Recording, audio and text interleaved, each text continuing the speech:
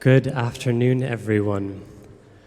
We acknowledge that this cathedral sits on the ancestral territories of the Songhees and Esquimalt First Nations, the Lekwungen-speaking peoples, and we do that humbly as we continue to engage our neighbors in this important work of reconciliation. Welcome to Christ Church Cathedral. My name is Donald Hunt, and I'm the Director of Music here. As you can see by looking around you and by seeing how you're seated, we're starting to get a little bit closer together in this space as provincial restrictions have been relaxed and we're able to ensure that everyone has been vaccinated.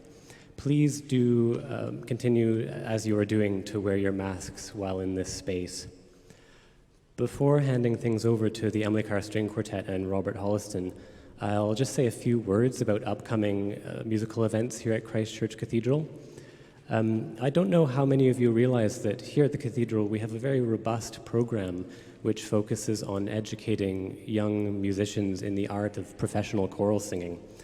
This involves both children from the age of 8 to 13 who are heavily involved in our partnership program with Christ Church Cathedral School as choristers, but also with our choral scholarship scheme in partnership with the University of Victoria.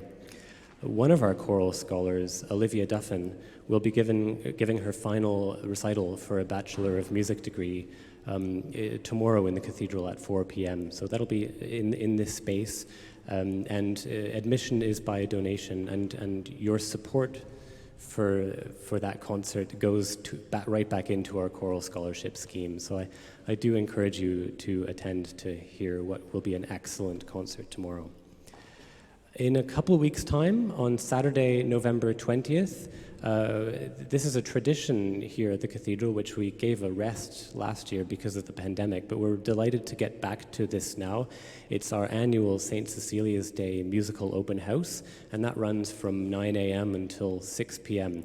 So anytime you come through the door of the Cathedral that day, that's Saturday, November 20th, you'll hear music playing, and it varies from music of our own choral scholars, the Victoria Organ Studio, an exciting group of young students here who are learning to play the pipe organ, as well as the Victoria Accordion Club, so a whole bunch of accordions playing, and many different things. So again, that's Saturday, November 20th, from 9 a.m. right up until 6 p.m.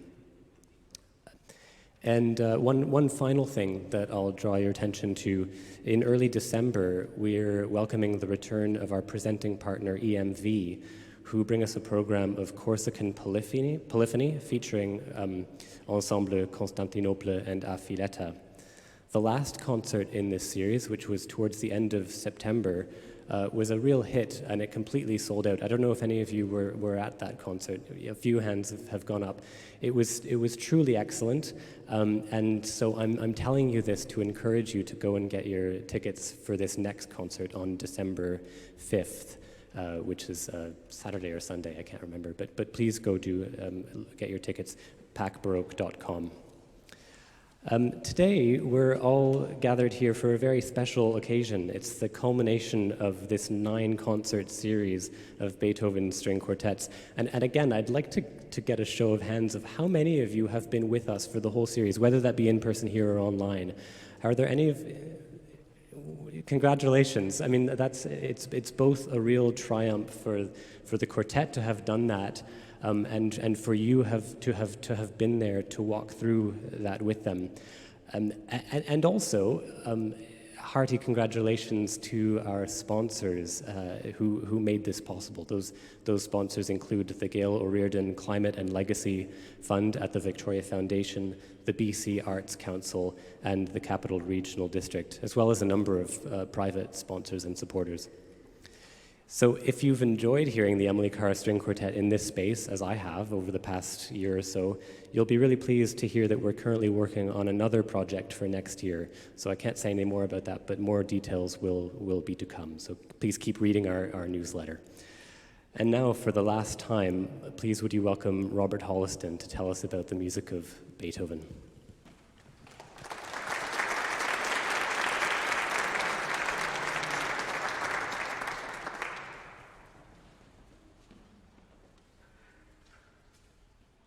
Hello, everybody.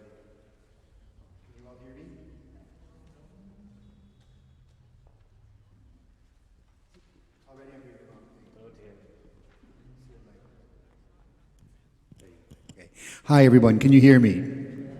I'm so glad. So it is a tremendous source of excitement to think of us in Victoria at the Christchurch Cathedral being able to hear the complete cycle of Beethoven's string quartets played by the incomparable Emily Carr String Quartet. What an incredible undertaking. And it's certainly given us all an opportunity to hear a very wide variety and inspiring amount of truly great music and music making. And here we are beginning tonight's program with another, in fact the final string quartet from Opus 18, the first published set of string quartets of Beethoven. And this is a remarkable piece of music. Many writers have suggested that it not only wraps up in a kind of valedictory address Beethoven's accomplishments not only in mastering the string quartet, but also the other imposing classical instrumental genres by the time he gets to Opus 18. But also it is so innovative and has so many interesting uses of harmony, treatments of the instruments, uses of rhythm, that in some ways it's also pointing to the further directions Beethoven will take as we move to the quartets of the middle period and of the late period. So there's a more expansive approach, we might be able to say, to the form. And other writers have suggested, I always quote other writers just because then if you don't agree with what they're saying, I can say, well, I didn't say it. But it seems to be a common point of view that if Opus 18 number 5 seems to reflect Beethoven's interest in the quartet writing of Mozart, number 6 seems to be an affectionate tribute or homage to his one-time teacher, the father of this string quartet and one of the most innovative composers ever in the history of Western music, which is, of course, Haydn. And with the completion of this quartet, Beethoven also fulfilled the terms of a commission from Prince Joseph Franz Maximilian Lobkowitz, a commission that was created in 1798, and these quartets were published in 1801. So give or take a few other projects, this occupied Beethoven's attention between the commission, putting together works that he had already begun as early as his years in Bonn, which took us up to 1792, and the active work he did to complete them to his satisfaction. By the way, I read something interesting. The publications certainly weren't to his satisfaction because he had to go over all of them and make corrections. So there you go. That's why there are always new editions popping up that take a historical look at the surviving documents and make corrections for us. So the key of B flat was described as occupying a sort of serene and nimble place within Beethoven's output. Joyous and bouncy is described the opening of this particular quartet in B flat major. What you're going to hear is a wonderful dialogue between the first violin and the cello, and then a march-like sort of second theme. I love this description from a musical writer who was also the son of one of Canada's leading composers. This is from Larry Beckwith, who said that the exposition of this movement drives to a wonderfully virile end. So please listen to that virility in the first movement, but mostly listen to the entrancing dialogues and think about how it leads to one of the most monumental slow movements. When we move to this slow movement, we can hear Beethoven as somebody who was already thinking very much of the future, of hurling his lance into the future. It's a beautiful, beautiful movement in E-flat major, which is one of Beethoven's favorite and warmest keys, but it morphs into E-flat minor, major minor, which is a much darker mood entirely. And during the course of this movement, listen to the way Beethoven explores all the different myriad possibilities of grouping the voices and grouping the instrumental sounds at his disposal. One of the things I think we may have mentioned at an earlier concert is that Beethoven, already as a young composer, is being very specific in terms of the language he's using to instruct his players. So where Mozart and Haydn may have been satisfied with writing allegro or lively, Beethoven will write allegro con brio or allegro con spirito. There's some other qualifying word that he puts in there. And here we have instructions such as, it would be wonderful if we could all go around pretending we speak Italian by saying, queste note ben marcato, which just means to play the notes very markedly, really bring them out. And you'll hear also the movement fades to an end, and you'll hear Beethoven's use of pizzicato. Now, somebody asked me to explain this before, and I'm going to explain it again, because the third movement is characteristic of Beethoven and also to a certain degree characteristic of Haydn. Here we're going to hear a scherzo in trio. Now, probably you all know that scherzo is the Italian word for joke, and it's in this overall construction in place of the minuet in trio, which had been the standard classical third movement of a whole sonata cycle, whether it's a symphony or a string quartet. Beethoven and Haydn before him felt the minuet was a bit too constraining. It sets its own tempo because, after all, it's a dance. It should have a sense of elegance. And despite the efforts of both of them to fill it full of surprises, they both liked the idea of using a scherzo. They kept the form, they kept the meter, but a scherzo can be faster and it can be a bit more rough and tumble. So in this extraordinary scherzo in trio, oh, and I was going to tell you what trio means. It's the contrasting middle section of this movement. The movement will then go back to and repeat the scherzo part again. And I'm wondering if you're wondering why it's called a trio. Do you want me to tell you? It's called a trio because of this. In the 17th century, a French composer who originally came from Florence, so it's already a little bit complicated, used to present a dance, a minuet, and then there would be a contrasting section played by three woodwind instruments, and that was called the trio. So long after the convention of having three woodwind instruments play that section was abandoned, we still call it a trio.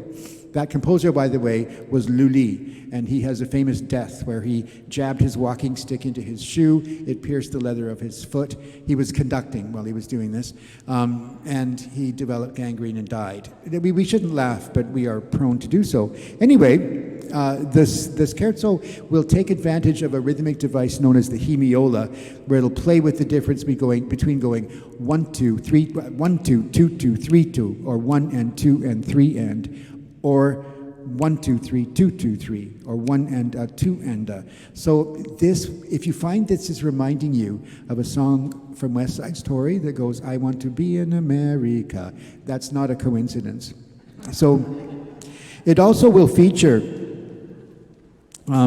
such a lot of remarkable rhythmic disruptions, as it were, that you could put, you could, if we didn't know this quartet already, you could tell people that this was a movement from a recently discovered late Beethoven string quartet, and they probably would find it very easy to believe. That and the fact that there's a wild and difficult violin solo in the trio, which is also a phenomenon we find in late Beethoven.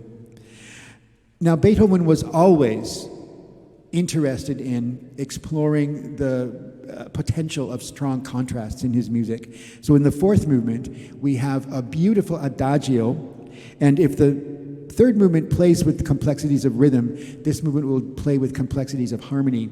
The adagio is nicknamed the Melancholy, la Malinconia, and it's to be played, as Beethoven says, with the greatest delicacy. So we're going to have an adagio in 2/4, serious, melancholy, full of feeling, full of expression,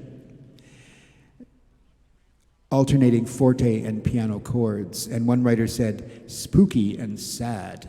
So melancholy, in other words. But then we move immediately to a 3/8 energetic and giddy allegretto. Now, somebody else asked me to explain this. It's kind of like a rondo. What happens in a rondo is the same music will reappear in between contrasting episodes of music. The music will reappear with little disguises, with little alterations and variations, but it will still come back. And so will the Melancholia, as if it were a kind of sad memory. And then we end prestissimo, which I didn't know until I looked it up. Prestissimo is the fastest tempo marking that Beethoven ever uses in his whole career. So it's a tremendously glorious ending to this quartet and to Opus 18. So thank you very much. Please welcome the Emily Carr String Quartet for Opus 18, number 6.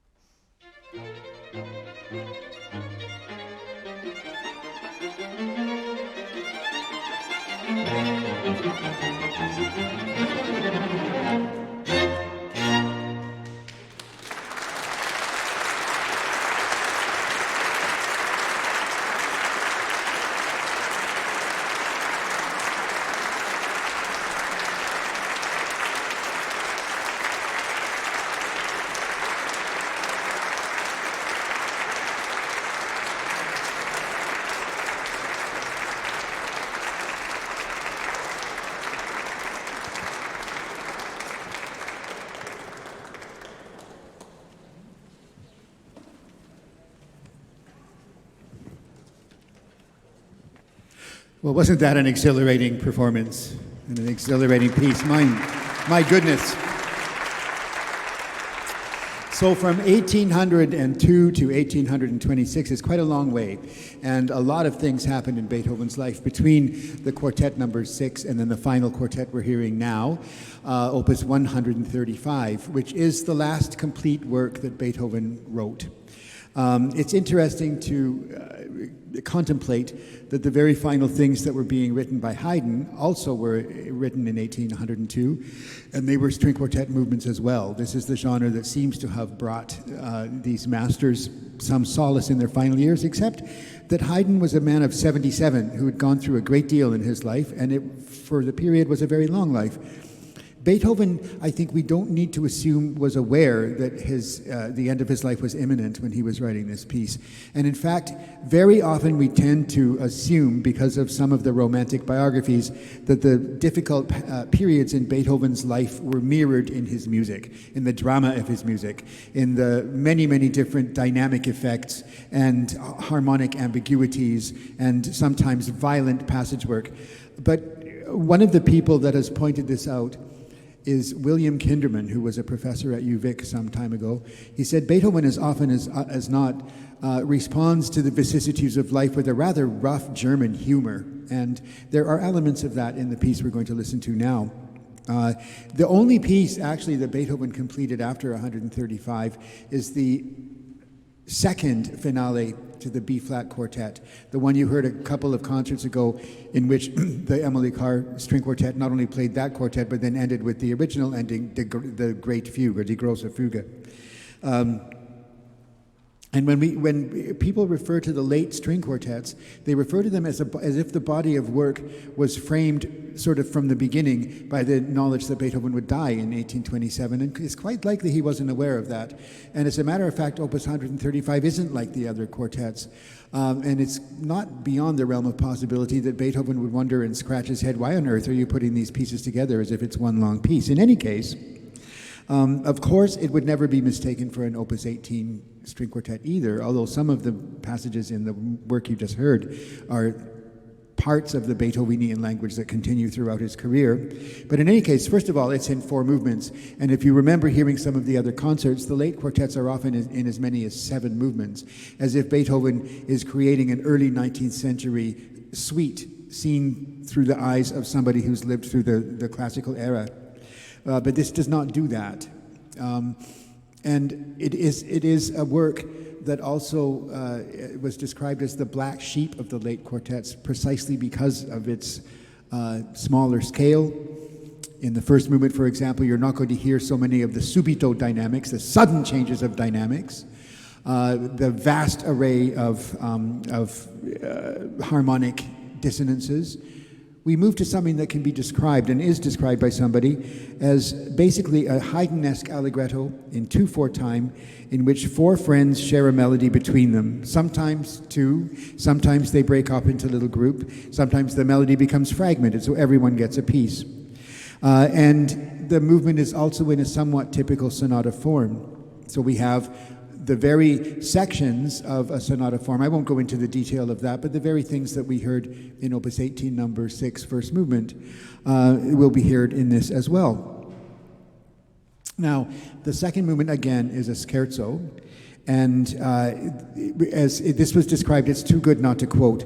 The parts at the beginning stage a rhythmic comic act, ill-fitting and awkward, everyone sitting on the wrong beat, then suddenly falling heavily onto a unison note that is also off the beat. So again, like the scherzo in the previous quartet, this is sort of rhythmically off-putting. Then, an extraordinary eruption occurs, a fortissimo section, where the lower instruments are stuck in an infinite whirling loop, while the first violin, Muget is going to love this, the first violin, berserk, goes off on an impossible tangent. Nobody plays berserk better than the first violinist of the Emily Carr String Quartet, it must be said. Now, I want to point out one other thing, that this work was composed during a year of incredible difficulty in Beethoven's life, and this is one of the reasons that when William Kinderman tries to warn us against seeing too much into that. He wrote it, he was having incredibly serious health issues, quite possibly he was heading on his way to blindness, partly because of a diabetic condition, if not brought on by, then seriously exacerbated by Beethoven's heavy drinking and his erratic sleep habits, his erratic diet. Every now and again, he would be put on a draconian diet by his doctors. I'm pretty sure he cheated. And his habit of drinking a 60-bean espresso at several times during the day. So he was undergoing painful health issues. He also had agonizing family troubles. His nephew Carl, who he adored and fought to keep custody of, was hospitalized after a suicide attempt earlier in the year that Beethoven wrote this piece. So Beethoven, according to William Kinderman, says, or Bill Kinderman says this about Beethoven: there is admittedly a retrospective character to this last quartet we're about to hear. It is mainly an essay in Haydnesque wit, that word again, that composer again, not a bold, expansive composition like the other late quartets. As we have seen, such humorous pieces were a lifelong interest with Beethoven, and F major was quite often the chosen key. It is just possible that this was indeed his artistic response to the grim events of 1826. Beethoven's way was to respond to adversity with humor. And certainly 1826 finds Beethoven in less than ideal health. And I want to mention this at this time because the third movement is actually a very beautiful and somewhat dark hymn. Ultimately, it really is a series of variations on a theme in D-flat major, which is a tonal universe away from F major. It's not immediately clear. The form of the variations is not immediately clear at all, but we hear some beautiful music described as something like an intimate confession. The theme is in the lowest register for all the instruments, so listen to that when you get to the third movement. But it will move upwards, and the last variation is described beautifully in this essay, is the most extraordinary part of the movement as we move to the last variation. The first violin, winged, hints at the theme in gentle, gasping rhythms, while the other instruments describe simple upward arpeggios. Now, the final movement has had a lot written about it, and this is probably because of Beethoven. At the very beginning of it, he writes, Der schwer gefasste Entschluss, which means the difficult resolution. And then he quotes, with melodic fragments, a series of sort of fragmented words, muss es sein, must it be? And then he says, es muss sein, it must be. And then the last movement unfolds. Now, I'm going to read a little excerpt from a letter that was written during Beethoven's life, and it describes an incident that occurred that's bound up in the genesis of this piece. After the premiere of the B-flat quartet that we heard earlier, which took place during Beethoven's life, interest was aroused in arranging a second performance. And the person who wanted to put on the performance approached Beethoven, but he had not actually subscribed to the original concert. So Beethoven looked at this as an opportunity to get a little bit more money out of the quartet, and he said to the guy, you have to pay up in order to receive the parts so that they could be played. And so the impresario queried, he said, muss es sein, must it be? And Beethoven, highly amused, sketched a canon to the words, es muss sein, ja, ja, ja, ja, heraus mit dem Beutel, which means it must be, oh yes, yes, yes, yes, yes, out with your wallet. And that begins the finale, this canonic piece begins the finale of the last quartet. Now, he did write this. He said, here, my dear friend, when he sent the quartet to his publishers, and he did something unusual. He wrote this one out in parts when he himself had initiated the practice of writing the whole quartet out in score. He said, it is my last quartet. It will be the last, and indeed it has given me much trouble, for I could not bring myself to compose the last movement. But he does allow us to think of those questions. Must it be? Yes, it must. Must it be the end of my composing? Might it be the end of my life? He allows us to sort of ponder these imponderables during the course of this remarkable piece. So again, please join me in welcoming the incomparable Emily Carr String Quartet to play this apex of Beethoven's music. Thank you.